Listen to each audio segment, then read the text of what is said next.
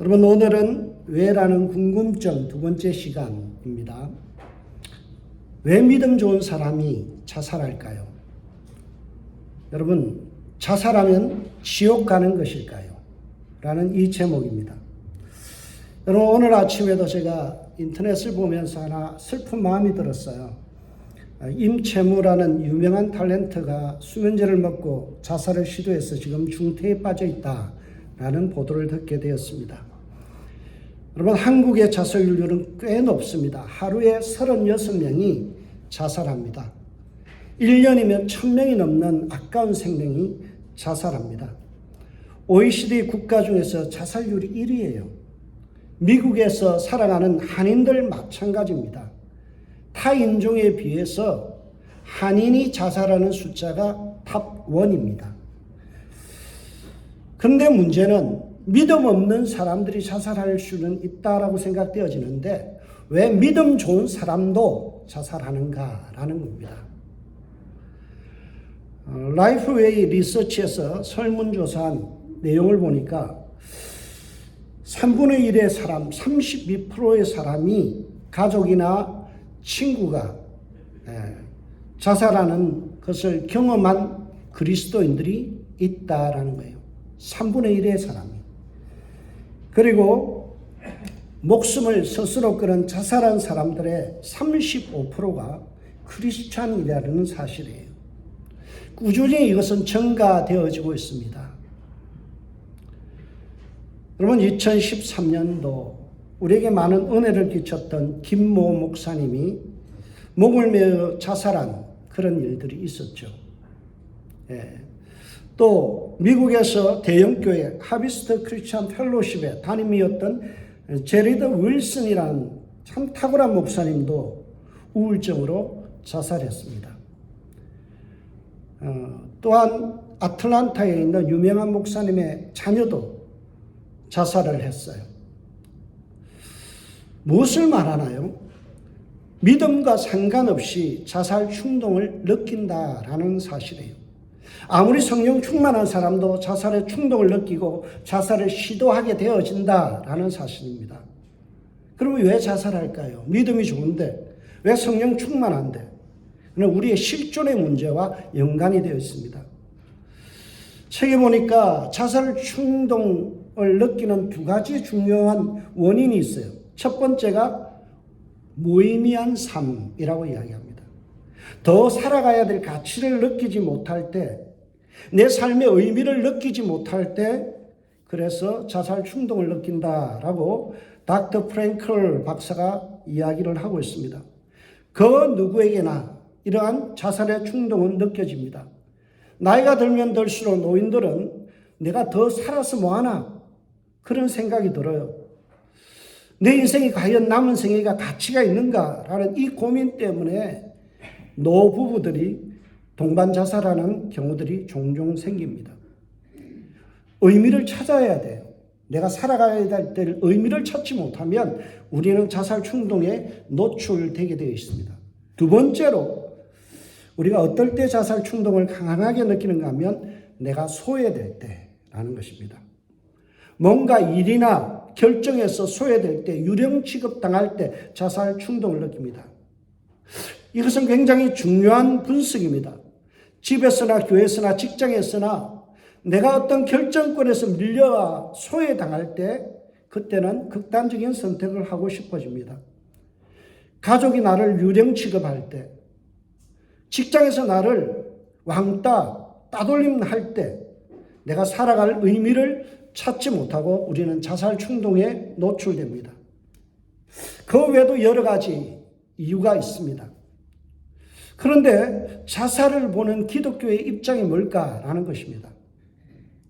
지금까지 교회 역사를 보면 안타깝게도 기독교의 기본적인 패러다임, 생각은 뭔가 하면 자살은 죄다라는 입장입니다. 이것은 일정 부분 맞는 이야기입니다. 그리고 일정 부분 틀린 이야기입니다. 왜냐하면 우리의 생명은 단순히 나의 것이 아니라 하나님의 창조물이기 때문에 나에게 소유권이 있는 것이 아니라 하나님께 소유권이 있다라는 측면에서 우리는 자살한다는 것은 하나님의 소유를 부정하는 거예요. 우리의 인생은 위탁받아 살아가는 하루하루입니다. 덤으로 하루하루를 살아가는 거예요. 생명의 원천이 죽게 있사오니라고 시편 기자는 시편 36편 9절에서 말씀합니다. 여러분, 생명 여러분 것 아닙니다. 하나님의 것이에요. 여러분들 마음대로 좌지우지하고 내 마음대로 결정해서 목숨을 단축시키는 것은 죄라는 것입니다. 하나님이 이 세상 살면서 이제 됐다, 그만해라, 수고 많이 했다, 나에게로 와라 라고 삶을 정리하고 나에게로 와라라는 사인이 있기 전에 스스로 목숨을 끊는 것은 명백한 죄입니다. 토마스 아퀴나스라든지 또는 토마스 아켄피스라는 위대한 우리의 믿음의 선조들이 지적한 대로 자살은 교만이다라고 이야기합니다. 왜냐하면 더 이상 하나님의 통치를 거부하는 행위이기 때문에 그래요. 하나님의 은혜가 더 이상 필요 없다고 내가 리젝트, 부인하고 거절하는 행위이기 때문에 교만하다라는 거예요. 스스로 하나님과의 관계를 끊어버리고 하나님께서 지속적으로 나의 인생에 개입하시며 나에게 찾아오셔서 은혜 주시고 이끌어 주시며 종국에는 나의 삶을 더욱더 풍성하게 하실 하나님에 대한 기대가 사라져 있기 때문에 그는 불신의 죄요, 교만의 죄다라는 거예요. 하나님과의 관계에서는 그런 죄악이 있습니다. 또 하나는 뭔가 하면 자살은 공동체에게 굉장한 아픔을 줍니다. 저도 자살을 하는 그 친구와 가족을 보면서 굉장한 스트레스, 아픔을 겪었어요. 몇 년 동안을 그 문제에 왜? 라는 그 질문이 떠나지 않았습니다. 여러분, 자살은 단순히 개인의 고통을 끊는 것에서 끝나지 않아요. 그것은 남아있는 사람들에게 큰 아픔이에요.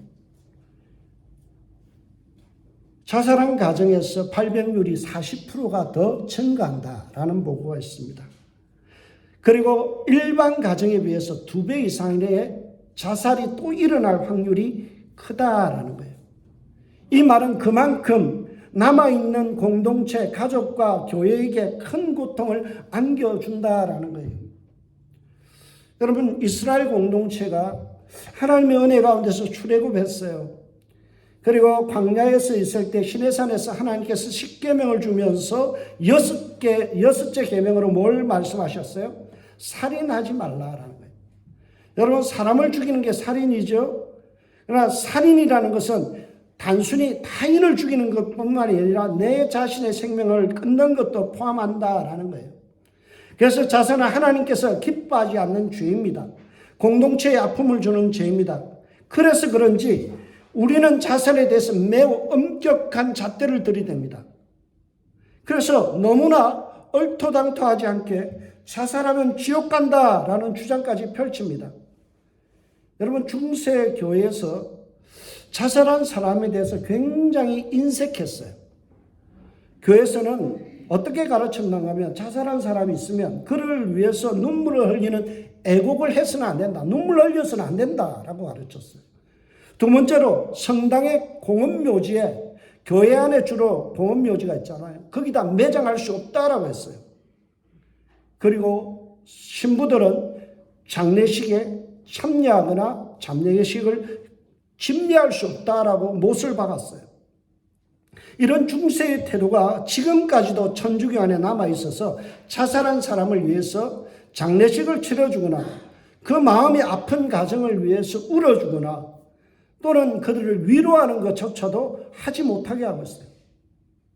그러나 어디 성경에 자살하면 지옥 간다는 말이 있고 어디 성경에 자살한 사람의 장례를 치러주지 말라라는 말씀이 있나요?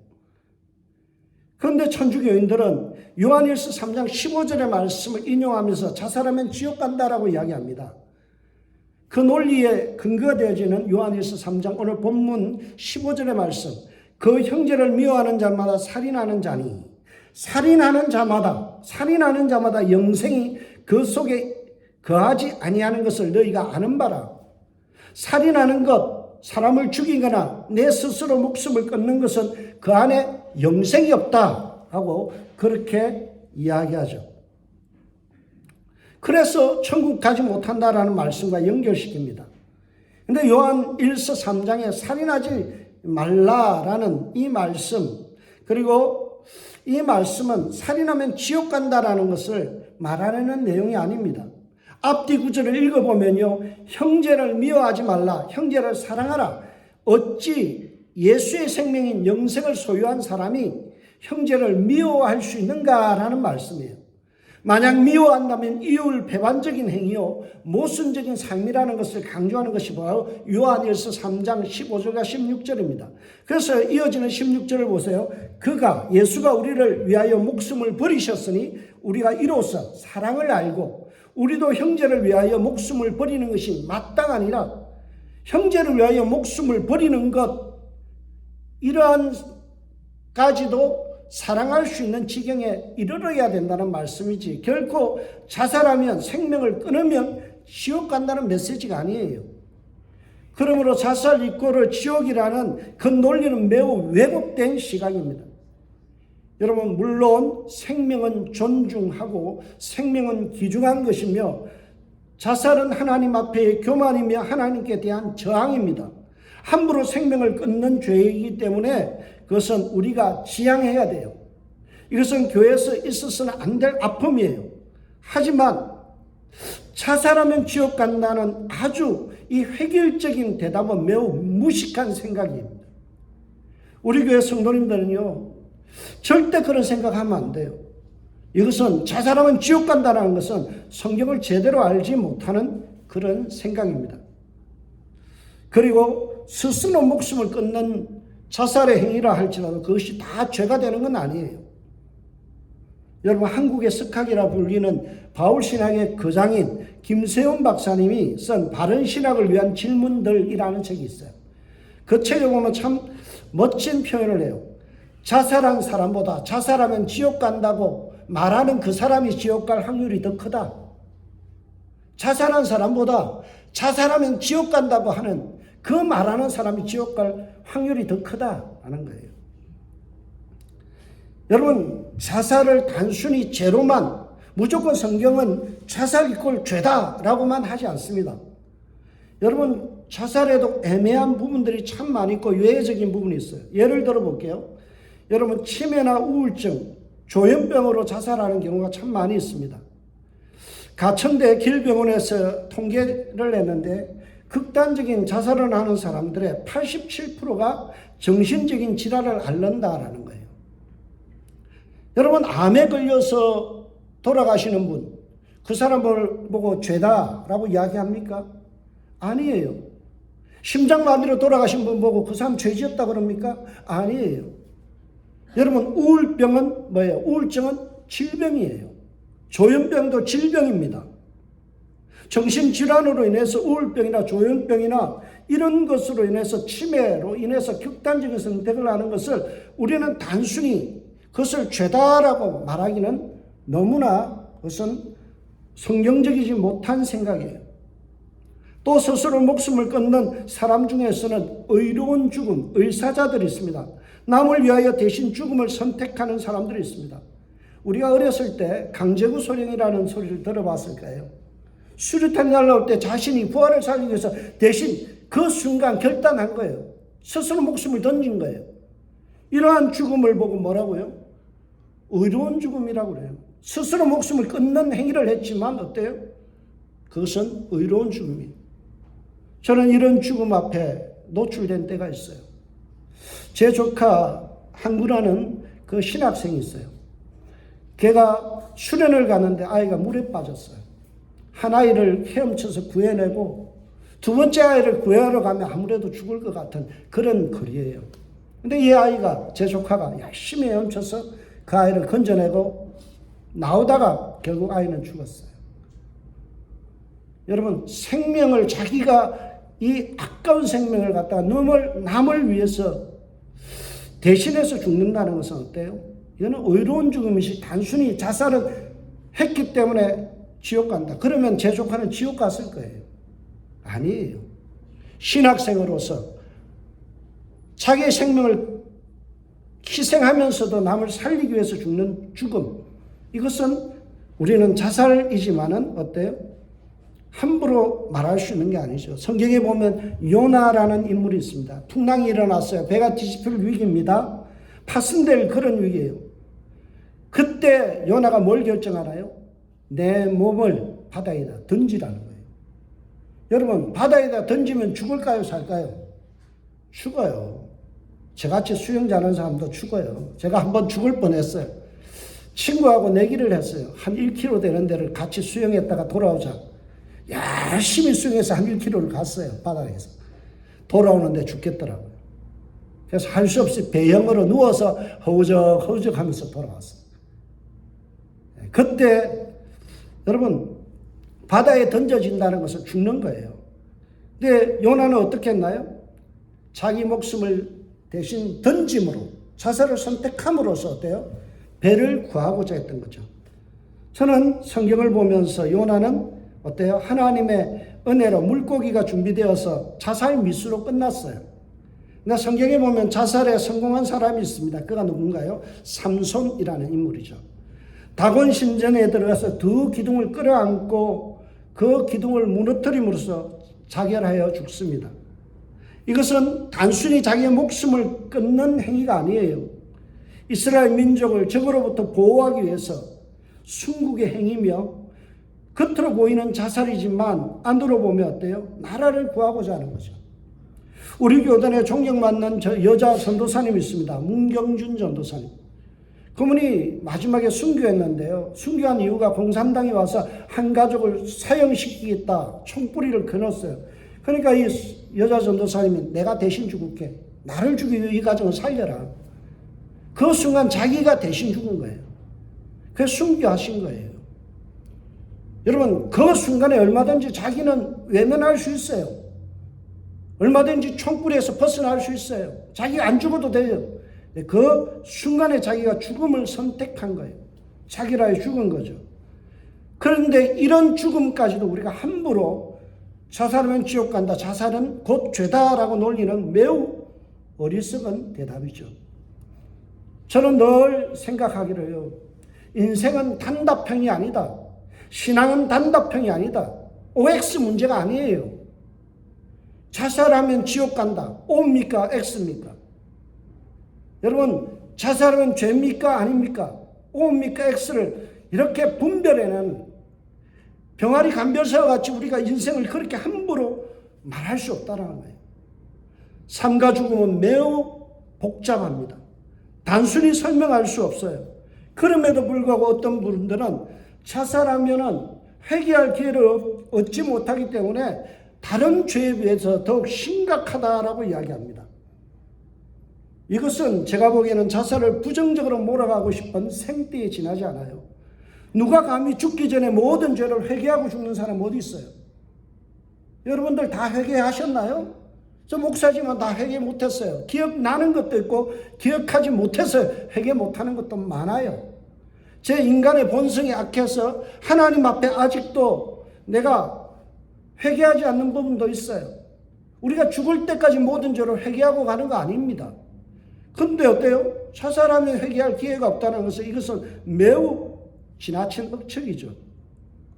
우리가 죄를 지은 상태로 회개하지 않고 죽으면 지옥 간다는 잘못된 생각을 갖고 있는 분들이 들어 있습니다. 여러분, 천국 가고 지옥 가는 거는요, 어디에 달렸어요? 회개하고 안 하고에 달린 게 아니라 내가 예수 믿느냐 안 믿느냐에 달린 거예요. 구원은 하나님의 선물이지 우리 인간의 행위가 아니에요. 내가 자살을 선택한다고 해서 그 행위 때문에 지옥 가는 거 아니에요.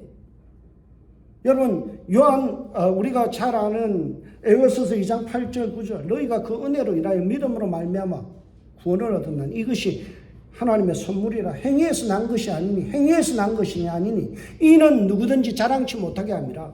우리가 어떤 행위 때문에 구원받는 거 아니고요. 어떤 행위 때문에 지옥 가는 거 아니에요. 그럼 제가 마지막 가시는 분들에게 물어보면요. 좀 더 노력해야 천국 가죠. 무슨 노력을 해요? 무슨 행위로 우리가 천국 갈 수 있어요? 여러분, 우리 행위로 천국 가는 거 아니에요. 우리가 행위 때문에 지옥 가는 게 아니라 우리가 예수를 믿고 안 믿느냐에 따라서 천국과 지옥은 결정되는 거예요. 미국의 복음주의자인 대표자인 존 파이퍼 목사님이 이 자살에 대해서 대담을 했어요. 거기서 이런 말을 합니다. 최종적인 행위 때문에, 자살 때문에 천국과 지옥 가는 것이 아니다. 예수 믿는 순간 천국과 지옥은 이미 결정됐다. 모든 죄를 다 회개하고 천국 가는 사람은 없다. 회개하지 못해서 지옥 가는 사람도 없어요. 예수를 믿음으로 우리는 천국 가는 거예요. 최종적인 어떤 결정에 의해서 내가 천국 가고 지옥 가는 거 아니에요. 여러분, 성경에 보면 자살한 사람에 대해서 언급이 5명이 나와요. 구약에 5명, 신약에 1명 나와요.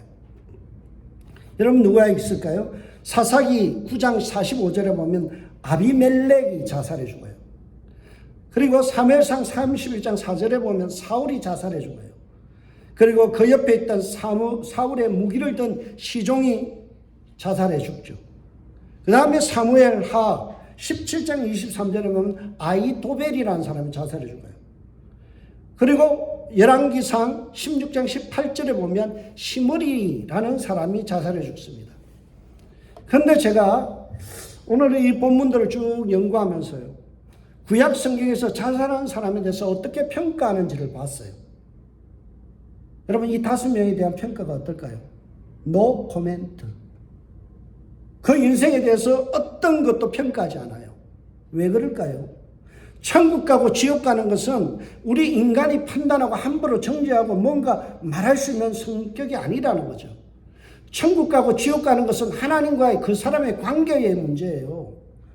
하나님만이 아시는 거죠. 하나님의 영역이기 때문에 구약 성경에서 어때요? 자살해 죽은 사람들에 대해서 아무런 말이 없어요. 노 코멘트예요. 여러분, 자살한 인물 중에서 대표적인 사람이 사울인데요. 사울이 전투 중에 치명상을 당해서 더 이상 살 가망이 없으니까 어때요? 자기 칼에 활복해서 죽어요. 자기를 죽어요. 왜 죽었을까요? 하나님의 백성인 왕, 이 하나님이 기름 부은 사람이 이방인에 의해서 처참하게 모욕당해서 죽는 것을 막기 위해서 그런 거예요. 자기 자신의 죽음을 인해서 아군이 사기가 꺾이는 것을 막기 위해서 궁여지책으로 한 거죠. 그래서 이런 자살의 시도에 대해서 루터파에서는 어떻게 이야기하는가 하면, 절망 상태에서도 자기의 숭고한 의를 성취하려는 시도이다 그랬어요. 절망의 상태에서도 내가 하나님의 백성답게 죽음을 맞이하겠다. 희롱당하면서 고문 때문에 하나님 모른다고 그렇게 참 비참한 모습으로 죽는 것을 면하기 위해서 어떻게 했다고요? 사울이 스스로 자살했다는 거예요. 여러분, 우리 표현에 어떤 말이 있어요? 썩어도 준치다라는 말이에요. 제가 준치를 찾아보니까요, 이게 크기를 한 50cm까지도 커요. 흰살 생선이에요. 여러분, 흰살 생선 대체로 맛있습니다.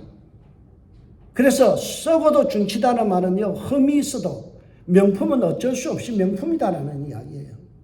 사울이 그렇게 자살을 선택한 것은 단순히 목숨을 스스로가 죽여서 끊어낸 것이 아니라 하나님의 백성의 대표자인 왕이 남에게 치욕받고 이방인들에게 이렇게 놀림당하면서 고문 때문에 하나님을 모른다라고 할까 봐서 미리 스스로가 자살해서 죽었다라는 거예요.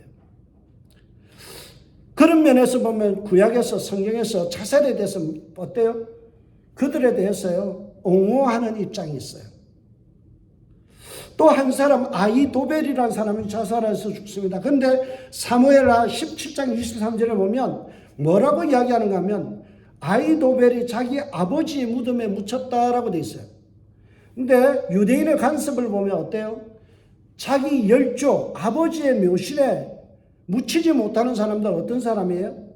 죄를 짓거나 불명예로 죽는 사람들. 이런 사람들은 선조가 있는 가족 공문 묘지에 입시를 안 시켜요. 그런데 아히도벨이 자살해 죽었는데 어때요? 그를 아버지의 묘실에 합장해서 같이 묻었다는 거예요. 이 말은 뭐예요? 유대인들의 머릿속에는 자살을 한더라도 그를 죄로 보지 않았다는 죄인이라면 당연히 아버지 묘실에 장사 안 합니다. 근데 아버지 묘실에 함께 합장했다는 것은 뭐예요?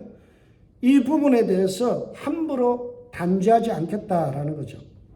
유일하게 성경에서 자살한 인물 중에서 구약을 빼고 나면 신약에 한 사람이 있습니다. 부정적인 평가가 있는 사람이 우리가 잘 아는 가룟 유다죠. 예수를 은삼십에 팔고 나서 양심의 가책에 받아서 어때요? 목매달아 자살하니라. 가룟 유다를 향하여 성경은 뭐라고 이야기해요? 제 곳으로 갔다 그래요. 제 곳이 어디예요? 지옥이죠. 분명히 자살한 가룟 유다는 지옥 갔습니다. 그런데 그가 왜 갔을까요? 그는 일생에 예수를 믿지 않았어요. 예수를 열심히 따라다녔지만 그가 예수를 나의 주 나의 하나님을 고백한 사실이 없어요. 한 번도 그가 예수 그리스도에 대한 진지한 신앙의 고백을 드러낸 적이 없어요. 그는 애초 예수를 믿지 않았기 때문에 제 곳으로 간 거예요. 자살해서 지옥 간 것이 아니라 예수 믿지 않았기 때문에 그는 지옥 가게 됐어요.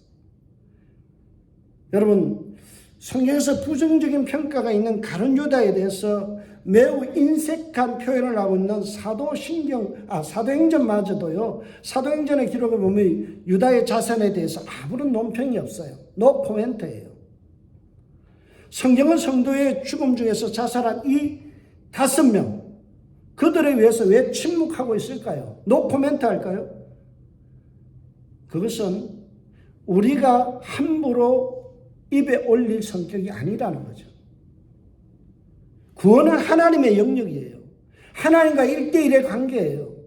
어떤 행위를 보면서 우리는 그 사람이 지옥 갔다 천국 갔다 함부로 평가할 수 없는 거예요. 남아있는 가족들을 위해서 대부분 우리는 립 서비스 차원에서 어때요? 목사는 하나님 품에 안겼습니다 하죠. 정말 하나님의 품에 안겼는지 안 안겼는지는요, 천국 가봐야 알아요. 하나님만 아시는 거지, 하나님만 판단할 수 있는 거지, 우리가 함부로 그들이 지옥 갔다 천국 갔다 그렇게 단정하기는 굉장히 힘든 거예요. 그러니까 우리가 자살을 태하는 태도가 어때야 될까요?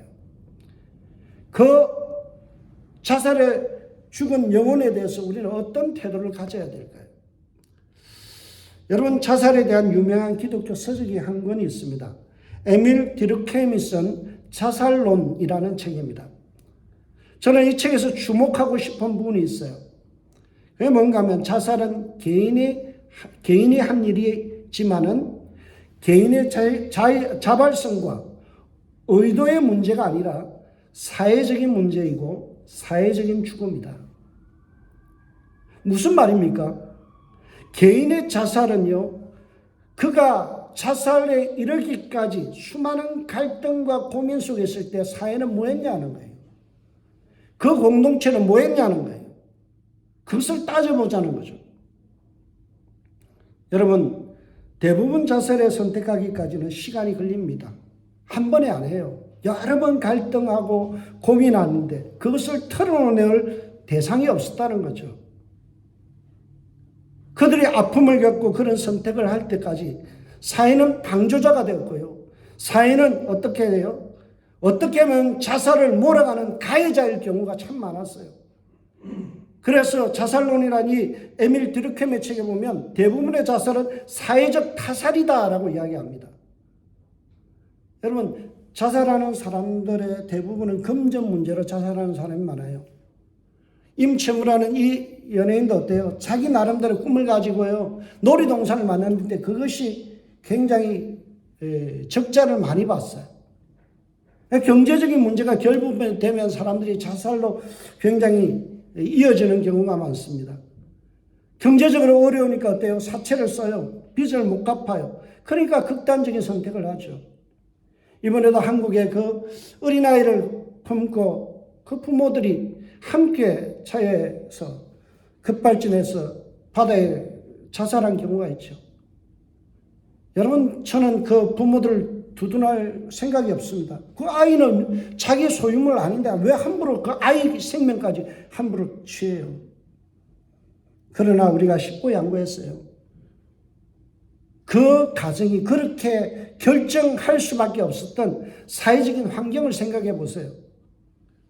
사채로 인해서 압박감, 빚에 대한 독촉에 대한 압박감, 그래서 그래서 극단적인 선택을 하는 거예요.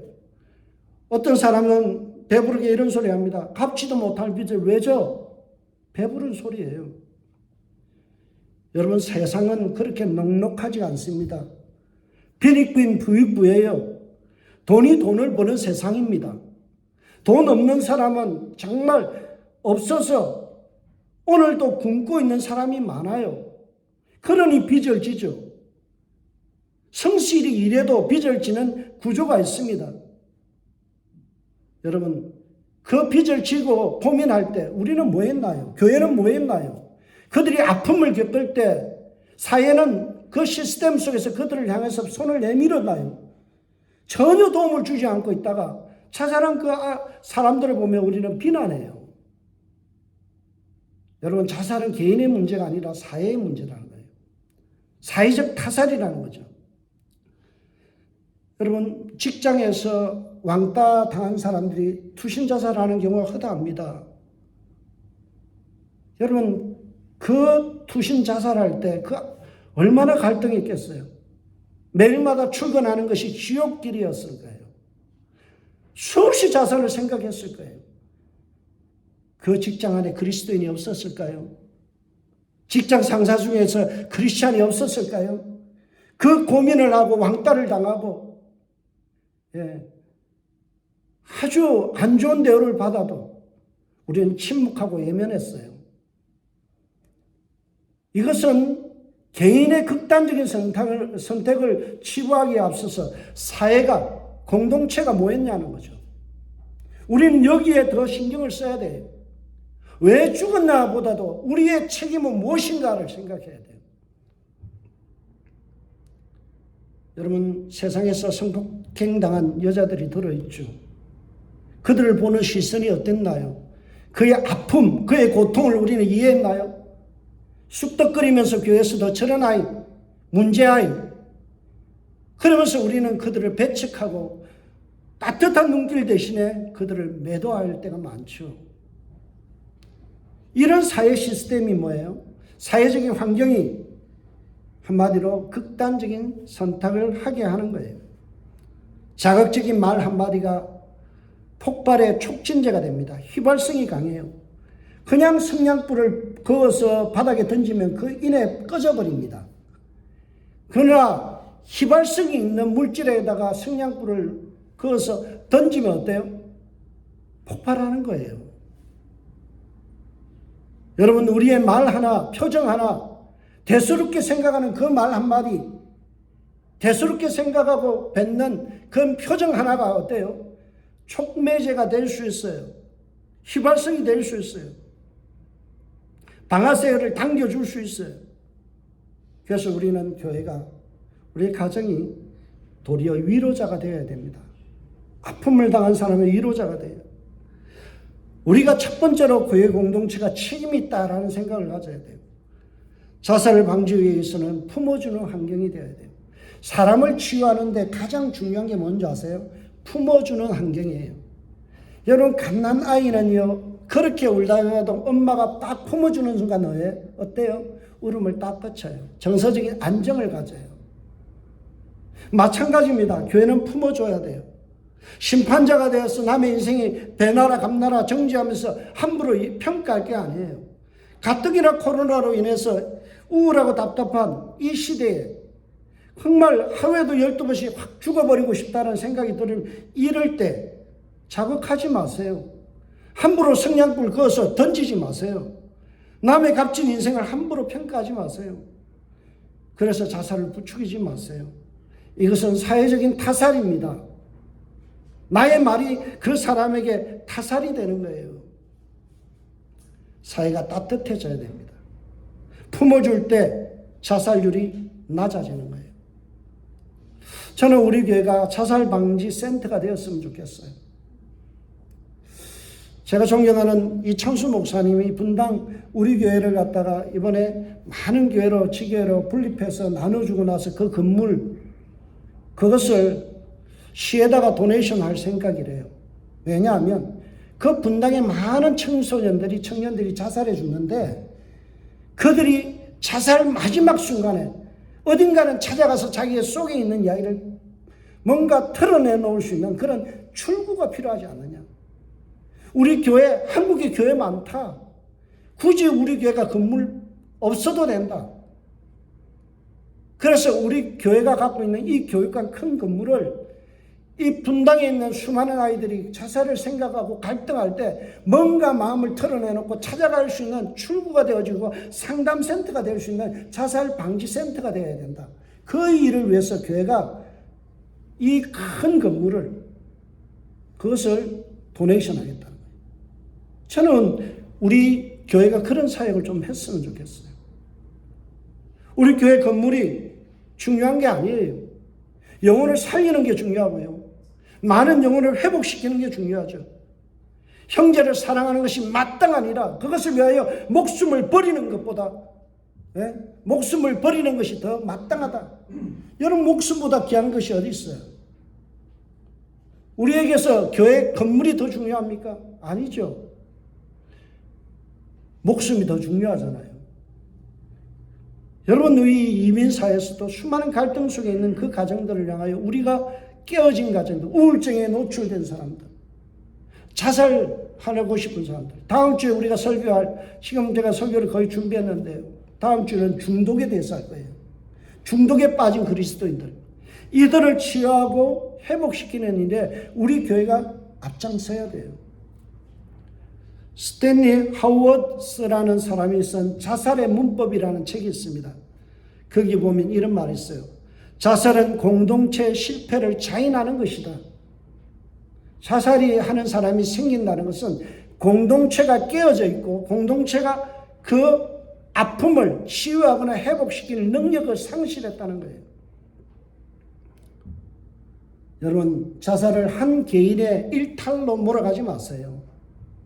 그에게 아픔이 있는지 어떤 우울증이 있는지 조현병이 있는지 우리가 어떻게 알아요? 그것을 함부로 이야기할 수 없어요. 우리가 말할 수 있는 영역은 어디예요? 우리의 사회적 책임, 교회로서의 책임이에요. 우리 교회가 어떤 일을 할 것인가, 중독에 빠진 사람을 어떻게 건져낼 것인가, 우울증에 빠진 사람을 어떻게 치유할 것인가, 자살을 고민하는 많은 노인층과 그리고 젊은 아이들에게 어떤 소망을 던져줄 것인가, 이게 교회가 생각해야 될 거죠.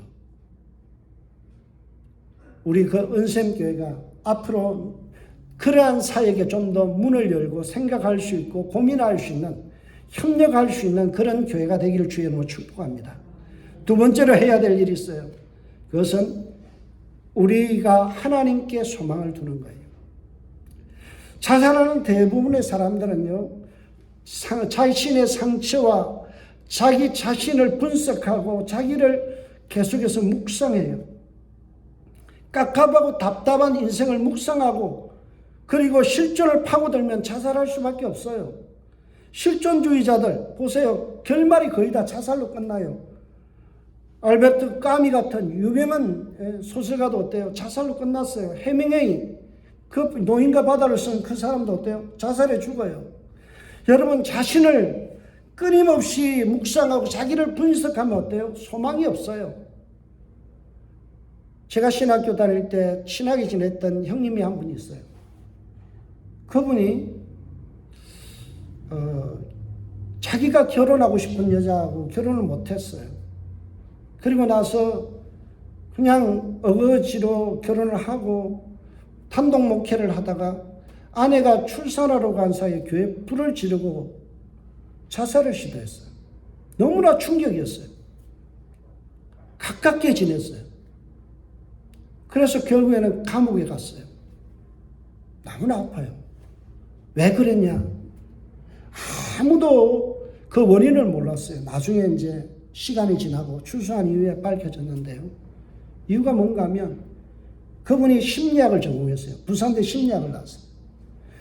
고아로 자라서 누님 하나하고 둘이서 어렵게 자랐는데 사랑에 대한 거절감, 자기가 보니까는 뭐가 답이 없더라는 거예요.